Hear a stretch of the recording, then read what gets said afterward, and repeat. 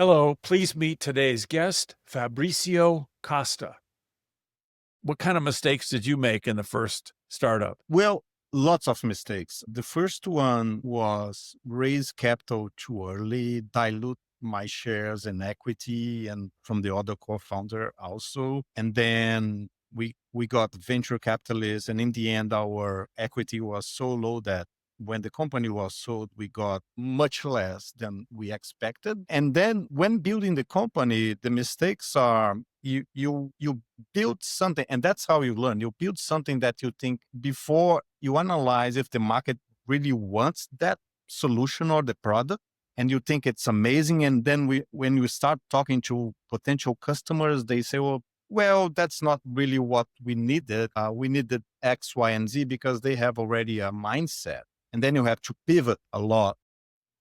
What happens when a Brazilian scientist with a PhD discovers something groundbreaking that nobody believes in? He gets 30 rejections, pivots multiple times, and eventually publishes work that helps lay the foundation for RNA vaccines. Then he takes that same relentless persistence and applies it to startups, big tech, and AI consulting. Today, I'm talking with Fabricio Costa, whose career reads like a masterclass in reinvention. From Harvard postdoc to startup founder to executive at Apple, Amazon, and Accenture. He's made every mistake in the startup playbook, from raising money too early to falling in love with his own ideas, but he's also built something that helped diagnose rare diseases in months instead of years. In this episode, we dive deep into the AI hype cycle, why most job displacement fears miss the point, and the difference between good stubborn and bad stubborn. Plus, Fabricio shares the research story that taught him persistence beats pedigree every single time. This is Designing Successful Startups. I'm Jothy Rosenberg. Let's dive in. And hello, Fabricio. Welcome to the podcast. Hi, Jothy. It's a pleasure to be here. Thank you for inviting me. I'm excited to have a chance to talk to you. And I think people will be interested in your very varied background. But first, let me ask you this. Where are you originally from and where do you live now? I was born and raised in Brazil from Italian roots, so I have an Italian citizenship. I lived in Brazil probably until my mid 20s, and I came to the US to do a postdoctoral training at Harvard University in Boston. I think that's where you live right now. And that's how I started my American, I would say, professional career and personal journey. Yeah. So speaking of that, you have this interesting journey. And what I found when we first met was that we don't exactly parallel each other, but boy, we've done a lot of similar steps along the way. Let's see. You've done academia, you've Yeah. done startups, you've done big tech, and then you've done Consulting. consulting. And then you have had this path of going from being a researcher to a lot of work in AI, a lot of work in Gen AI. This is probably a good place to start. You're just giving us a little bit of a run through of that whole path of you have a PhD. Oh, I was going to mention that when I read that you had a PhD and an MBA, I thought that was a really cool combination because PhDs can sometimes they love being down in the weeds. We love it. And then the MBA tends to operate more at the strategy level, at a higher level. And so the MBA is pulling you out of the weeds, but the PhD is grounding the MBA back down in what's real, what's working. I think that's Yeah, a cool combination. you got it. So the PhD and postdoc, after the PhD, you are looking at a microscopic problem, and you are very narrow and you are very specialized. You don't know about business. That's how I got my business acumen. And it was a long time after I finished my PhD that I did this. And I was starting the first company that got a good exit, first startup. And we got into an MBA learning by doing program that this accelerator got us in. And I was the CEO of the company. So I got to learn a lot of things about how to raise money, how to do market analysis, how do your product do product fit analysis, and SWOT analysis, all of those things that you have to do in business. And that was like open your mind to the general things of business and how the word works and how you get customers and all of that. So two different words, but in the end, I think the same problems that you have doing a PhD, the frustrations and things are very similar. The problem with learning by doing, I should start with saying learning by doing is great. It's the way most people who go into startups have to, because you, most of us didn't get any training. And I was making so many mistakes and stupid mistakes because I just didn't know. I came straight out of being a professor and was doing a startup, and I'm suddenly supposed to know what I'm doing. What kind of mistakes did you make in the first startup? Lots of mistakes. The first one was raise capital too early, dilute my shares in equity and from the other co-founder also. And then we got venture capitalists. And in the end, our equity was so low that when the company was sold, we got much less than we expected. And then when building the company, the mistakes are you build something, and that's how you learn. You build something that you think before you analyze if the market really wants that solution or the product, and you think it's amazing. And then when you start talking to potential customers, they say that's not really what we needed. We needed X, Y, and Z because they have already a mindset. And then you have to pivot a lot. And then there's a lot of work behind the scenes to make something that the customers are going to buy for, are going to license, or are going to give you money to do pilots or things like that. So the beginning is really tough. And I think for entrepreneurs that are starting, I think the first lesson is learn how to raise money. If you don't need it in the beginning, if you have already customers, or if you are bootstrapping, don't do the mistake of diluting your equity. And when you do that, the cap table and all of that, be very alert and be smart to negotiate. If you really think the idea, you don't need to have customers or have cash flow already. But I think you can be mission and vision driven, that when you are talking to those people, they are not eating you alive, if you understand what I said. That's one. The second one is no, don't attach too much to your idea or to what you are building, because otherwise, if you have to pivot or people criticize it, you take it personally. So it's difficult to do that when you are young, because everything that you are building, you are very proud of, right? So yeah, you have to be able to say, yeah, this is not well, or this is not working well, so let's change it. So you have to be able to pivot in a very you have to be very flexible to pivot several times. Okay, so that's a little bit of an introduction about your startups, building something from scratch, part of Yes. your career. Let's compare and contrast that to, and here's an impressive, to me, this is an impressive list of companies that start with A that you've worked at: Apple, Amazon, Accenture. Do you only work, by the way, do you only apply for jobs at companies that start with the letter A? No. That's funny. So Apple, the international training program, I joined when I sold the first company that had a nice exit. And since I was exposed to a lot of, I would say, a lot of conferences that were investor relations, and all of those high tech companies like Apple, Google, Microsoft, Amazon, they were all there listening. And I presented at Google. I presented that. I have some videos on YouTube. It's a 1 minute pitch, which is crazy, but they were like 50 companies presenting at the same time. So you have 1 minute to pitch, and all of the investors from Google Ventures and all of those, they have a venture side. All of those companies, not just the starting with the AA, but all of the high techs and consulting companies, they have a venture side, and they are looking for the best thing that is coming up. At that time, in healthcare, they didn't have anything. Google Health was dying, and Microsoft was trying to get into healthcare and life sciences. All of them are always trying to get into this. And we came up with a very nice and interesting idea to identify fast patients that have rare genetic diseases. They are very rare diseases, but in in together they affect a lot of people. And pharma companies, they are not developing therapies and drugs because they think it's not business. They are not getting a chunk of revenue. They prefer to focus in blockbusters or diseases that are complex like diabetes, cancer. And I think rare genetic diseases, they are called orphan diseases because nobody cares about those, but the patients suffer a lot.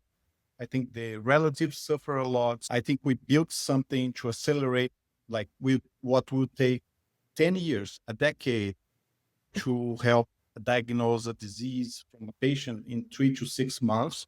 And we were the middleman between life sciences and pharma companies, biotech companies, and the patients, the medical doctors that had the patients, the healthcare professionals.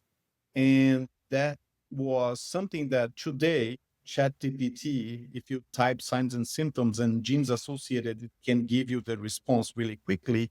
Maybe it hallucinate, but it's better than we did in 2009, 10, 15 years, more than 15 years ago. But at that time, those companies were listening to startups that were coming up with ideas like that. That was Apple. I think Accenture, before the pandemic started, I moved to California. I was living in New York, the East Coast, and I decided to do consultancy full time, build my own company. And then the pandemic hit. Everybody was closing their budgets, like nobody was spending. And then I had to find a full time job. And I knew a lot of people from those consulting companies because of my record of talking to a lot of people, growing my LinkedIn network. Today I have 30,000 connections, which is the maximum of LinkedIn. And I joined Accenture because of that. I stayed there almost 2 years under what they call Industry X. I moved to San Francisco.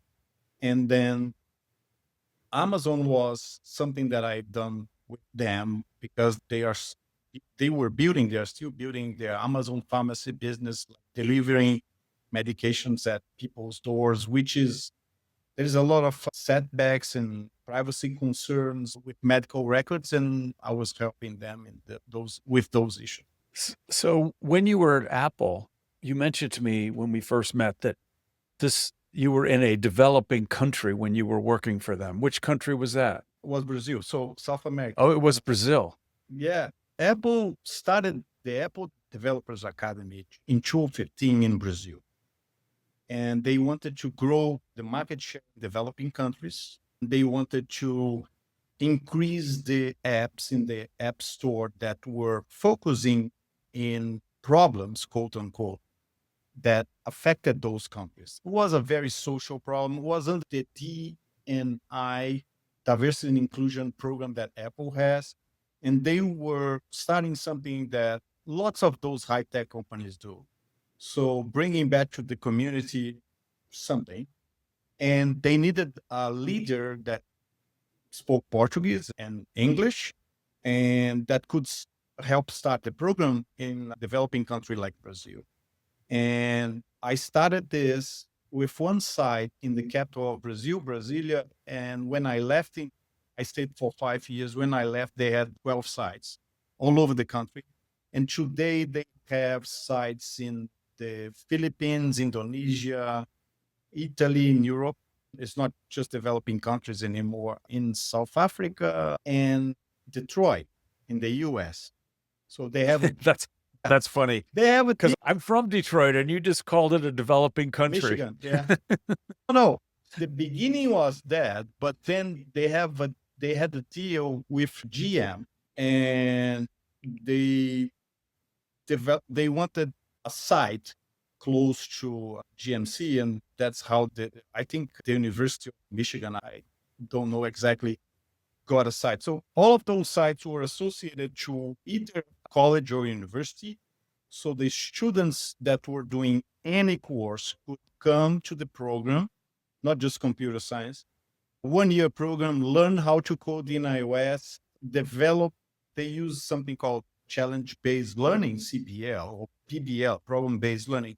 You have a problem, so the solution is going to be an app.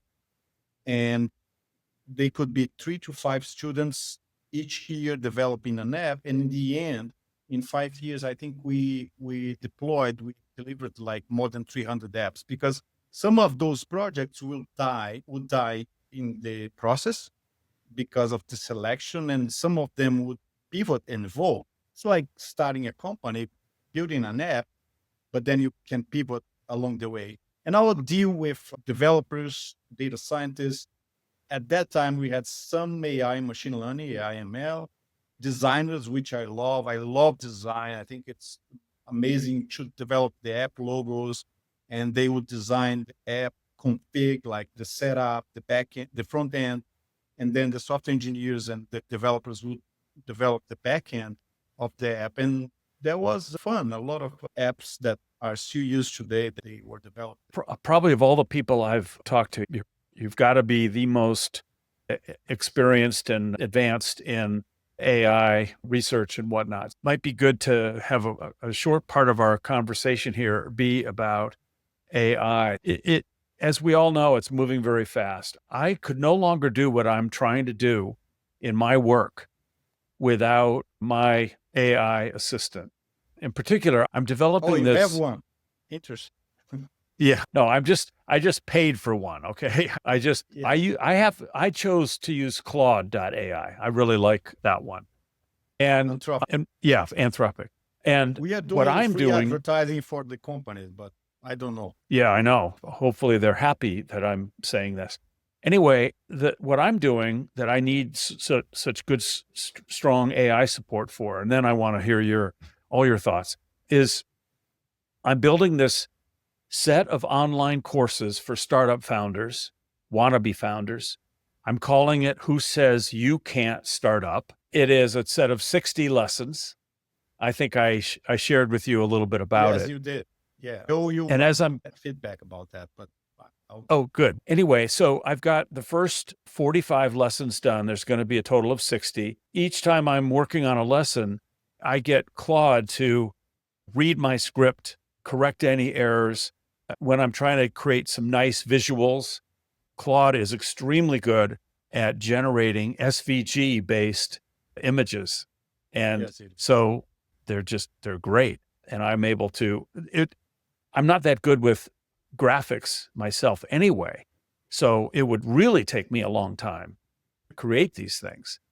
And so it's just wonderful. So my point is just to give a personal shout out to how AI is speeding up what I'm doing and simplifying my work.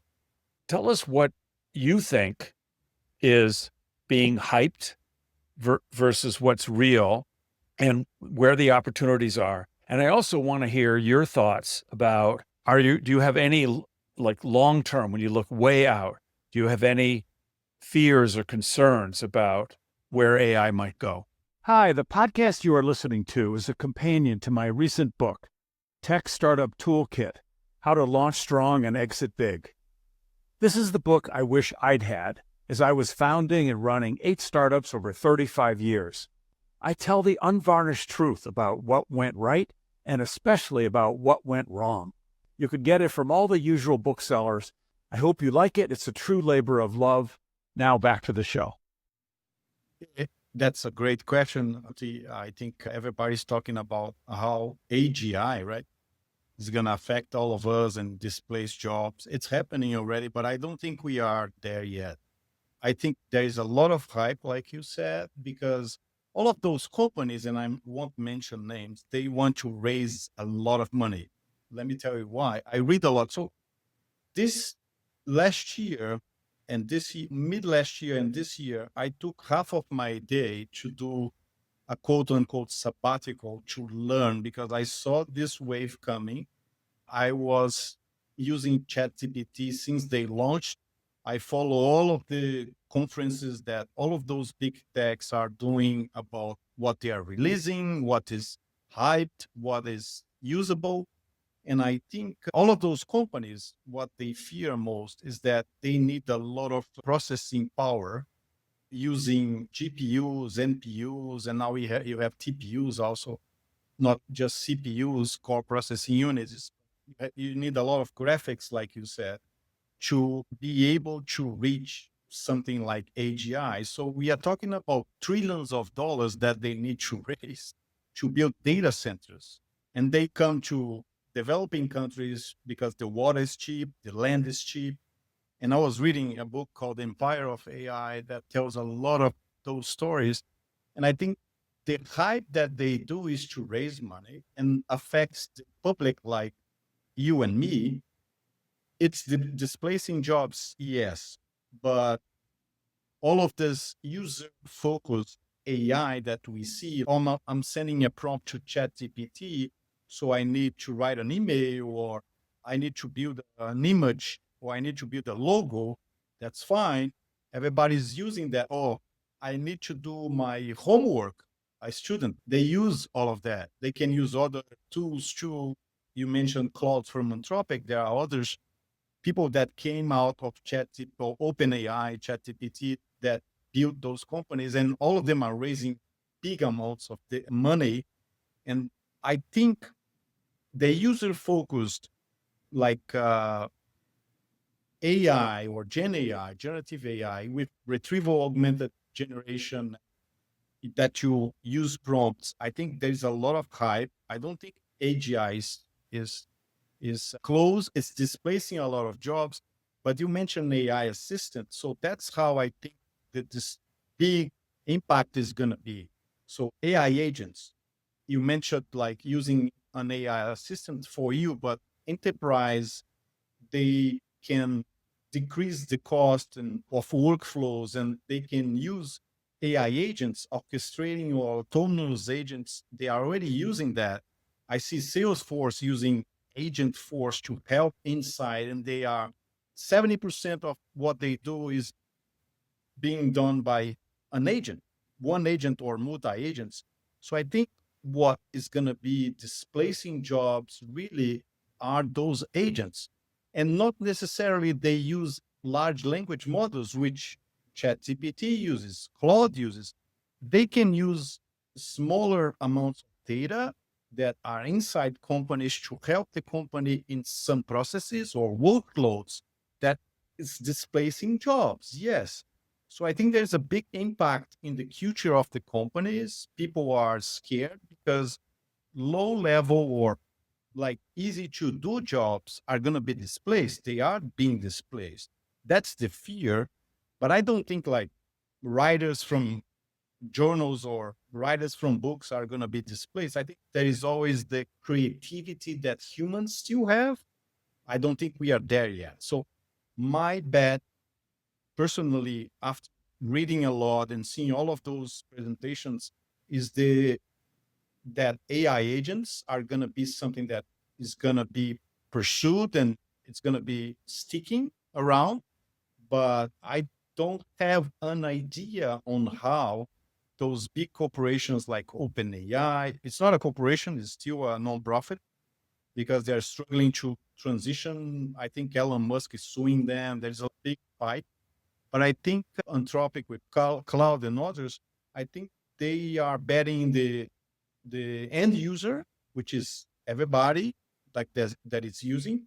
And I think Gemini from Google, for example, in their phones, Google Pixel, I saw the release last week, and they are good, but they are just for us to write emails and to do things in our phones, or to select images and trying to figure out, or is this, are those clothes good at me if I'm buying them at a specific store? Yeah, there's a lot of displacement of jobs. There's a lot of changes, but I think justifying the hype is all about raising money because of the energy that they have to use to process the prompts and whatever you are asking, the water to cool the systems. They are talking about using nuclear energy, right? And the data centers, they have to build a lot of data centers, not with CPUs, but with GPUs, and because it's all about parallel computing. It's not just core processing units anymore. I don't know if I was too technical, but that's how I see it.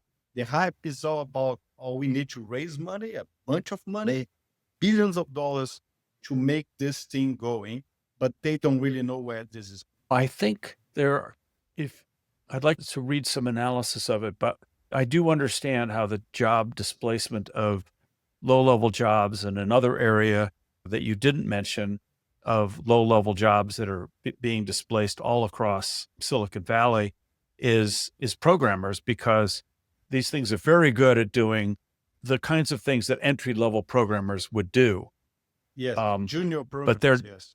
not able to do design and architecture of good software systems. They're far away from that. I think that, like most times when there's a big disruption in the industry and society, in the economy, there's a shift that there's still the same number of jobs needed or people needed to fill jobs, but they're being moved from one area to another. So it will hurt some people, yes, but it's not. So in other words, what I'm trying to say is that AI is also creating jobs.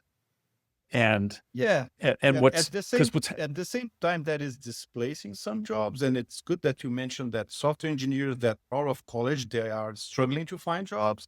It's like jobs that once paid $500,000 a year for coding, like they are not there anymore. AI can do that like quite easily and without doing mistakes. It's better. It can even correct old codes that people did. That's exactly what you said. But I think I agree.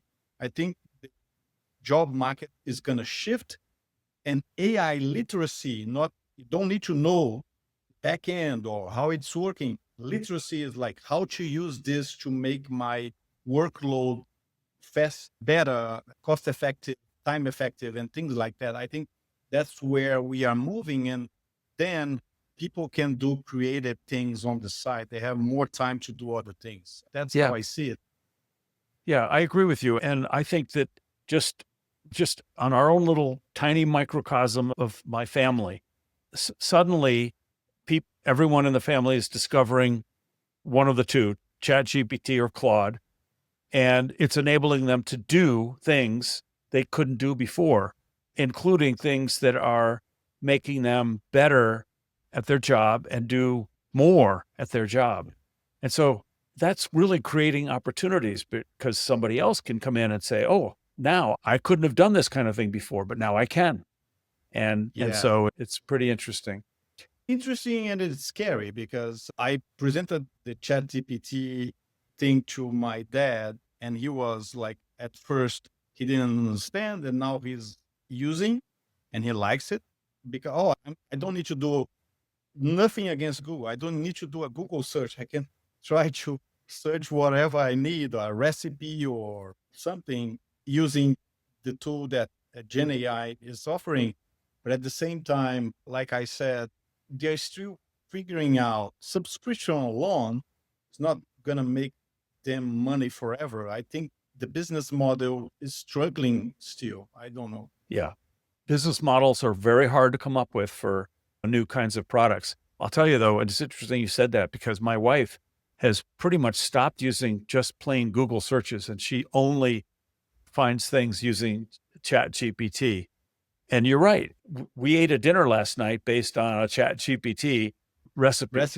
Yeah. Yeah. No, but tell her that Google has Gemini, which comes from Google DeepMind that they bought. It's pretty good. So it's embedded on search. So if you do a search now, the first thing that appears is like a description of what you are asking, not just random pages. And then they have the index of random pages. So they are getting better at it. And Pixel 10 that was just released, I saw the presentation. Jimmy Fellow was doing the presentation, was a little funny in New York, and you can do a lot of things with that phone. And I'm an Apple user. Everything that I have, it's Mac based. And I think Apple is lagging behind because they are not catching up. So there is a struggle, and there's I would say, a competition that is good for the customers. It doesn't help that Mark Zuckerberg is paying millions of dollars in salary to to hire AI experts. But most of it is stock options. It's not cash. Yeah. Of course, there's millions in cash if they bring people in, but they have a vesting time. They have to stay to get $100 million, sometimes 200. It's a lot. Some companies that you sell, you don't even get that. I know. I wanted to ask this question. So it's my wrap up question. Okay. So you've done a lot of things. You've been a scientist, you've been an entrepreneur, you've been an executive, you've started things, you've sold things, and of course, consultant. You always remind me that don't leave out the consultant piece. Almost all of those things are hard and take a lot of grit. And I love asking people to tell us the story of where you think your grit came from, because you can't do startups without it. So, you at least there you had to have it, and you probably have had to have it in many of the things you've done. That's a great question. So I have a nice story in academia. When I was starting, my PhD advisor, she was a lady, very nice lady in Sao Paulo, Brazil. And I was working in cancer research, which is something that I wanted because I think it's mission driven. And I was thinking that I was going to be an academic professor, but then I saw that was much harder and there was a lot of politics, but that's another story. So at that time, I did something in my PhD. The PhD, you have to find something that nobody found in that specific field and then publish, right? So you can defend your thesis, and then you have a board that is going to say, yes, passed or no. So I did all of that. But in the process of doing that, we found something that I don't know how to put it technically, but in science, there was something in genomics that was emerging. The Human Genome Project was happening at the time, and they were finishing it. And they said that the human genome has around 25,000 protein coding genes, which are proteins that are the building blocks. But the human genome has 3 billion base pairs of nucleotides, which it doesn't make sense. So it's too much. They call it junk DNA to produce just a few proteins. So they started to see areas in the genome that were transcribed. They would become RNA, and probably because of the RNA vaccines against COVID, they would become RNA that wouldn't become proteins. And those RNAs were called non-coding RNA because they didn't code for proteins. They were just RNAs. And at that time, I got really curious about that. What's going on? And I started reading a lot. I finished my PhD. I came to the US with this idea. And I told my PhD advisor, there is something here that we found that doesn't make sense. We are not publishing it. We are putting in the drawer, but I want to understand what's going on. So the grit came when I started reading papers about this, because there was not a lot of papers. And we are talking about a very huge constellation of scientific publications that are being published every day or every month or every week. So I grabbed everything. I started printing and reading, and I saw something. And I told my advisor, I'm writing a review about this because I think there's something here. And I have enough information to build on a hypothesis, not based in bench lab, but based on what I saw people describing.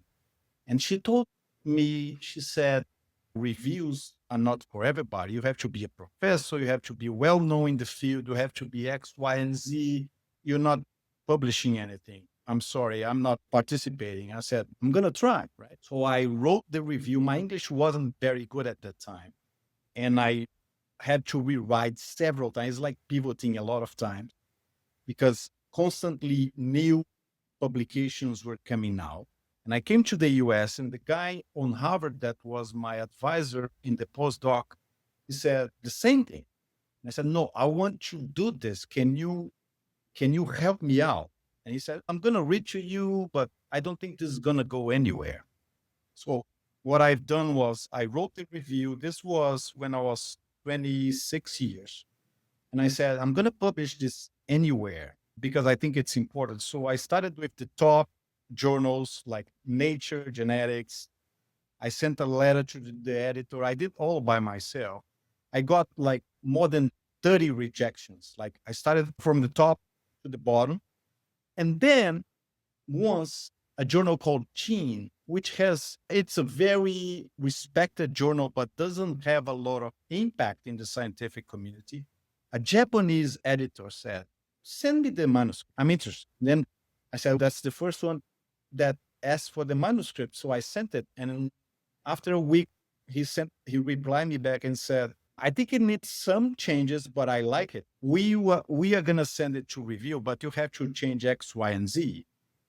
And then I did the changes I sent. And the revision process was very laborious because all of the reviewers, they were like, this is going nowhere. But it got published on Gene in 2015, in 2007, sorry, 2007, a long time ago. Now remember, when I got the acceptance letter, I said, persistence is something that you have to have anywhere. And this was when I was still in academia. I think you mentioned grit, and then nobody thought that I could do that. It wasn't a big impact. But then after that, a lot of papers came out, was a bunch of papers, even Nature, discussing the same thing that I was telling. I'm not saying I'm going to win a Nobel Prize because I'm not in academia anymore, but I'm proud that I got into something that a few people were just scratching the surface. Even though I didn't do any lab work, I published a review that was combining everything that they have at that time. And I still follow and I still write reviews today about that because I think it's something that is changing. RNA vaccines came from this, microRNAs and non-coding RNAs. So that's something that I'm proud of, but it didn't get recognized by the scientific community, but some other people are getting a lot of recognition because of that. I think that's a nice story. I think it's a great story. And you said something I totally agree with, which is that persistence is definitely a component of grit. But another thing that you exhibited throughout this whole story was, I guess the most friendly word for it would be determination, but another word for it is stubborn. And those are good, and those are both good traits as well. There is good stubborn and bad stubborn. I know, and I was referring to it. That's why I said the word determination first, because it's good stubborn. It's the good stubborn. Yeah, I agree. Yeah. Let's do this, Fabricio. Let's end on that wonderful story. I want to thank you for being here. And this has been a fantastic 40 minutes that I think people are going to love. No, I didn't even see the time going. I appreciate and I thank you very much, Jothy, for the opportunity. You're welcome, and thank you. Here's your Founder's Toolkit from today's conversation with Fabricio. First, don't raise capital until you absolutely need it. Fabricio's biggest regret was diluting equity too early. Bootstrap as long as possible, get paying customers first, then raise from a position of strength rather than desperation. Second, practice good stubborn, not bad stubborn. Good stubborn means persisting when you believe in something important, like Fabricio's 30 journal rejections. Bad stubborn means refusing to pivot when customers tell you they don't want what you're building. Know the difference. Third, AI won't replace creativity, but AI literacy will become essential for every role. The jobs being displaced are routine and predictable. The opportunities being created reward people who can use AI to amplify their unique human capabilities. Learn the tools, don't fear them. That's your toolkit. Now go build something that matters. That's our show with Fabricio. The show notes contain useful resources and links. Please follow and rate us at podchaser.com/designing successful startups. Also, please share and like us on your social media channels. This is Jothy Rosenberg saying TTFN, ta-ta for now.